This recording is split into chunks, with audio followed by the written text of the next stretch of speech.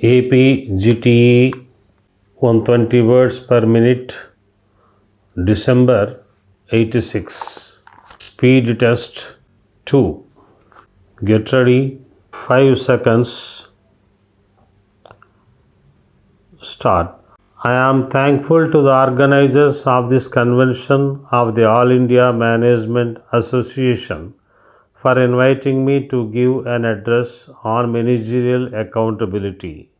I am glad this convention have taken up for discussion a very important aspect of management. Before we proceed on the subject, we have to take into consideration all the aspects of the word accountability. It has three aspects in any walks of life. They are accountability to oneself, accountability to the society, and to the organization in which one is functioning. Accountability to oneself, at any rate, is of supreme importance.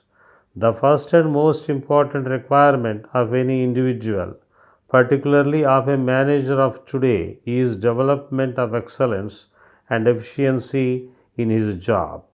Indeed, it has been given the highest place in the Indian tradition, as excellence in action is equated with the very pursuit of truth. Many educational institutes today teach their students how to compete successfully, competition with other people, but excellence is nothing but competition with oneself. I would call it a growth experience of one's own personality.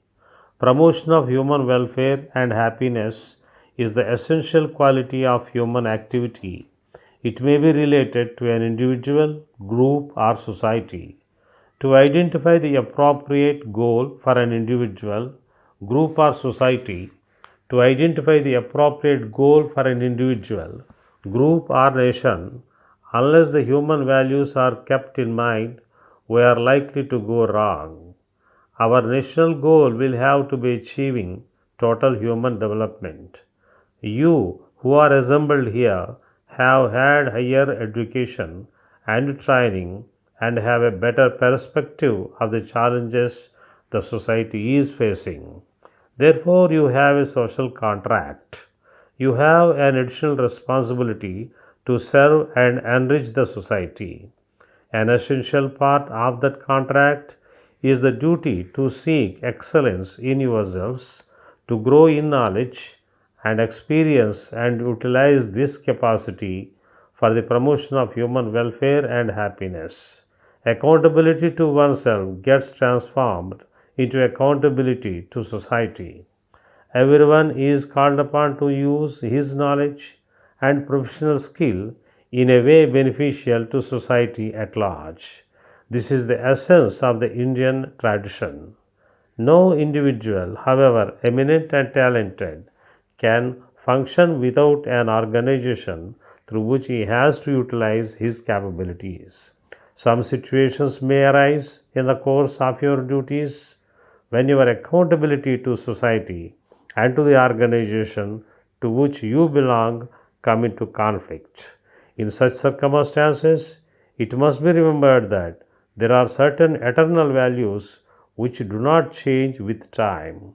One of the principles of these eternal values is that whenever there is a conflict between the individual and group interest prevails, and whenever there is a conflict between group interest and the interest of the society, the latter prevails. The next point I would like to make is that systems of management will have to be evolved, taking into account the needs of the society.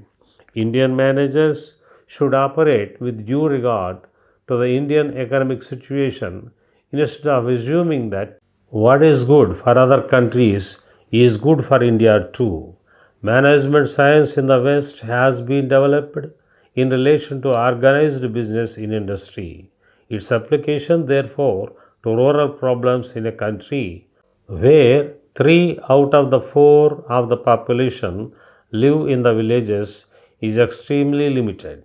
The problems which are of direct relevance to our rural folk are completely different from those faced by business corporations turning out products with the help of the latest technology based on computer information and analysis. I would like to dwell upon new areas where professional management will have to play a more meaningful role.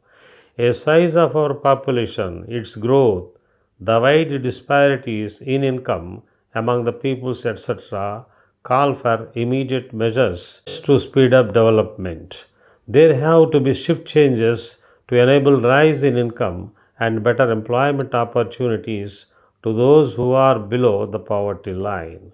Simultaneously, national effort has also to be generated to meet the basic minimum needs such as drinking water, elementary education, and rural housing facilities.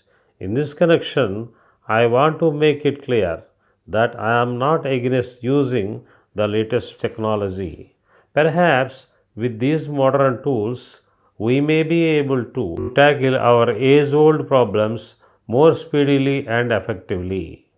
How to use the high technology available for the eradication of poverty is one of the challenges facing the modern managers. The management movement in our country can ill afford to turn away from these challenges.